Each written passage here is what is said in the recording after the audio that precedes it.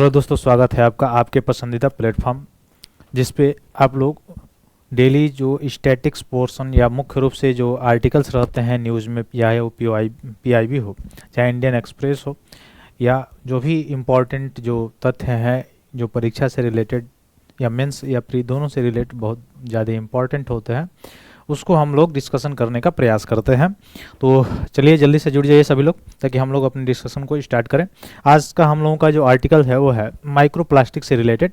और micro plastic आप जानते हैं कि कितना ज़्यादा कंसर्न रहता है, चाहे वो इकोसिस्टम के लिए हो या फिर से जो मनुष्य है या कोई भी जीव है उसके लिए हो। क्योंकि यह जब शरीर के अंदर जाता है तो जो शरीर के अंग है, जैसे फेफड़े हो गए, लंग्स या फिर से किडनी भी हो गया, वो यह क्या करता है, प्रभावित करता है उसको, या कैंसर जैसे जो बीमारियां हैं उसको भी बढ़ाना इसका काम है मुख्य रूप से। तो आने वाले समय में बहुत ज़्यादा कंसर्न है। और यह चर्चा में क्यों रहा है आर्टिकल्स, उसका कारण है कि दिल्ली में अभी हाल ही में सर्वे किया गया है, तो ये पता चला है कि जो भूजल है इसका, इसमें बहुत छोटे छोटे माइक्रो प्लास्टिक्स देखे गए हैं। माइक्रो प्लास्टिक्स यहाँ पे देखे गए हैं भूजल में। तो इससे कंसर्न कहाँ से आता है कि आखिर ये माइक्रो प्लास्टिक आए कहाँ से होंगे, पहला चीज़। तो जैसे महानगर्स हैं, जहाँ जहाँ जैसे बम्बई हो गया या कलकत्ता हो गया या आपका दिल्ली हो गया, ऐसे जो जो महानगर हैं उनमें देखा जाए कूड़े का एक ढेर होता है। तो कूड़े का एक पहाड़ आप देखेंगे वहाँ पे लगा है। तो उसके नीचे जो उसका, चूँकि आप प्लास्टिक जो है या औद्योगिक जो प्लास्टिक है उसका केमिकल रिएक्शन होता नहीं मुख्य रूप से, वह गलता नहीं है जैसे आपको पता भी है, या मुख्य रूप से अगर देखा जाए तो मतलब वो कंपोज नहीं हो पाता है, तो विघटित नहीं हो पाता है उसका। इससे क्या होता है, वह सीधे जो भूजल है जहाँ पे उसका ढेर लगा हुआ है उस स्तर पे जाके वह केमिकल रिएक्शन करके और तब जाके फिर से उसमें मिल जाने वाला काम, इसलिए भूजल में आ गया। दूसरा चीज़ ये हो गया कि अगर ये भूजल में है तो साफ साफ जो पानी को कंज्यूम, जो वाटर को ले रहे हैं लोग, उन पे जो है इसका क्या इफेक्ट पड़ेगा, या उसके आसपास जो भी जो इसमें जलीय परितंत्र है उस पर क्या प्रभाव पड़ा। अभी हाल ही में कुछ दिन पहले रिसर्च आप देखे होंगे कि एक रिसर्च आया था, उसमें बताया गया था कि एक जो है नवजात शिशु है उसके अंदर भी माइक्रो प्लास्टिक्स पाया गया। हालांकि एक औरत का भी जो गर्भ में देखा जाएगा तो उसमें भी देखा गया तो माइक्रो प्लास्टिक पाया गया। तो ये आने वाले समय में बहुत ही ज़्यादा कंसर्न है। तो खासकर दिल्ली राजधानी क्षेत्र में पाया गया है, तो यहाँ के जो आसपास के जो क्षेत्र है इसके लिए कंसर्न है। तो इससे रिलेटेड क्या क्या चीज़ें हैं, कौन सर्वे कराया है, इसको हम लोग देखेंगे। इससे पहले थोड़ा सा हम लोग थोड़ा सा सामान्य जानकारी हासिल करेंगे कि दिल्ली जो है, चूँकि पूरे भारत में देखा जाए तो इस समय प्रेजेंट टाइम में 28 राज्य और 8 केंद्र शासित प्रदेश हैं। तो 8 केंद्र शासित प्रदेश में जो दिल्ली है उसका दर्जा एक अलग रूप में दिया गया है। और इसमें आपको पता भी होगा कि वो जो संवैधानिक संशोधन था, कौन सा, 61वां संवैधानिक संशोधन के द्वारा ऐसा दिया गया है स्पेशल दर्जा। और उसमें कौन सा आर्टिकल जोड़ा गया था, अनुच्छेद 239 ए जोड़ा गया था, और इसमें दिया गया यूटी की दर्जा इसको दी गई, राष्ट्रीय राजधानी क्षेत्र के रूप में दिल्ली को। अब इसमें जैसे सभी आप देखे होंगे, सभी मुख्य रूप से जो राज्य हैं उन राज्यों में क्या होते हैं, गवर्नर होते हैं। और यूटी में क्या होता है, या तो लेफ्टिनेंट गवर्नर होते हैं, ठीक है, यानी उपराज्यपाल, या फिर से कोई प्रशासक होता है, ठीक, जो गवर्न करता है। तो अब यूटी में भी दो प्रकार की यूटीज हैं। एक आप देखे होंगे यहाँ वह यूटी जहाँ पे आपका लेजिस्लेटिव है, और एक तरह का वह यूटी होता है जहाँ पे लेजिस्लेटिव नहीं है, ठीक है। जैसे लद्दाख और जम्मू कश्मीर के संदर्भ में अगर हम कहें तो देखिए वहीं पे लद्दाख का जो बनाया गया, जैसे 2019 में बनाया गया 31 अक्टूबर के बाद, जैसे वो राज्य था उसको हटा के अब मतलब 370 जैसे वहाँ पे रिमूव किया गया, तो उसमें केंद्र शासित प्रदेश यूटी बना दिया गया। तो जम्मू कश्मीर जो है वहाँ पे वह भी यूटी है और लद्दाख भी यूटी है, लेकिन लद्दाख वाले जो क्षेत्र है उस क्षेत्र में आप उसका अपना असेंबली या लेजिस्लेटिव असेंबली नहीं है, लेकिन वही जम्मू कश्मीर में लेजिस्लेटिव असेंबली के प्रावधान किया गया है। तो लेजिस्लेटिव असेंबली जहाँ पे होता है वहाँ पे मुख्यतः कौन होते हैं, एलजी होते हैं, लेफ्टिनेंट गवर्नर होते हैं, यूटी की मैं बात कर रहा हूँ। लेकिन जहाँ पे स्टेट होता है वहाँ पे कौन होता है, गवर्नर होता है, ठीक है, ये आप समझ ही रहे होंगे। तो 239 ए में दिल्ली का जो है ये वर्णन है। लेकिन यहाँ पे सभी यूटी से थोड़ा सा एक चीज़ अलग है, क्या, वो हम लोग देखेंगे कि इसमें 239 ए में 3 क्राइटेरिया इसमें डिफाइन किया गया है। कौन कौन सा, police, land and public order, यह तीन चीजें, पुलिस, लैंड और पब्लिक आर्डर, यह तीनों के तीनों किसके अधिकार क्षेत्र में है? एलजी के, लेफ्टिनेंट गवर्नर के। और आपको पता है कि लेफ्टिनेंट गवर्नर की नियुक्ति कौन करते हैं? प्रेसिडेंट। किसके बिहाव पे, किसके सलाह पे? तो जो प्राइम मिनिस्टर या काउंसिल ऑफ मिनिस्टर होते हैं उसके सलाह पे करते हैं, ठीक है। तो एक तरह से देखा जाए तो केंद्र सरकार ही इसको क्या करती है? गवर्नर करती है। अच्छा, इसमें अगर थोड़ा सा मेंस में अगर हम लोग थोड़ा सा मेंस के अकॉर्डिंग अगर देखें तो उसमें आप देखेंगे कि विकेंद्रीकरण की जो बात की जाती है उसमें साफ साफ आर्टिकल 3 से ऐसा नहीं लगता है कि विकेंद्रीकरण, जैसे किस तरह से लगता है कि राज्य स्वायत्त तो हैं लेकिन केंद्र का जो पार्लियामेंट है या केंद्र जो है वह चाहे तो किसी राज्य की सीमा में परिवर्तन कर सकता है, किसी राज्य के नाम में परिवर्तन कर सकता है, या किसी एक राज्य को दो राज्यों में विभाजित भी कर सकता है। तो वह पार्लियामेंट के पास यानी केंद्र के पास इसके लिए शक्ति है। तो एक तरह से विकेंद्रीकरण का भी आप देख सकते हैं, एग्जाम्पल यहाँ पे देख सकते हैं। तो ये तीन जो सब्जेक्ट हैं, जैसे आपको पता है कि 7वीं अनुसूची में एक संघ सूची, एक राज्य सूची, एक समवर्ती सूची और उसके बाद से अवशोषित सूची, इसके मतलब जो डिस्ट्रीब्यूशन ऑफ पावर है उसका व्याख्या किया गया है। तो उसमें अगर आप देखेंगे तो जो ये दिल्ली वाला जो क्षेत्र है, इस तीन जो विषय हैं, जो पुलिस, हालांकि पुलिस जो है ऐसे राज्यों में आप देखेंगे तो राज्यों के संदर्भ में तो ये राज्य सूची का विषय है, ये केंद्र सूची का, संघ सूची का विषय नहीं है। लेकिन यहाँ पे ये जो पुलिस हो गया, लैंड हो गया भूमि, और पब्लिक आर्डर हो गया, यह तीनों के तीनों एलजी के अंतर्गत आता है, लेफ्टिनेंट गवर्नर के यानी उपराज्यपाल के अंतर्गत।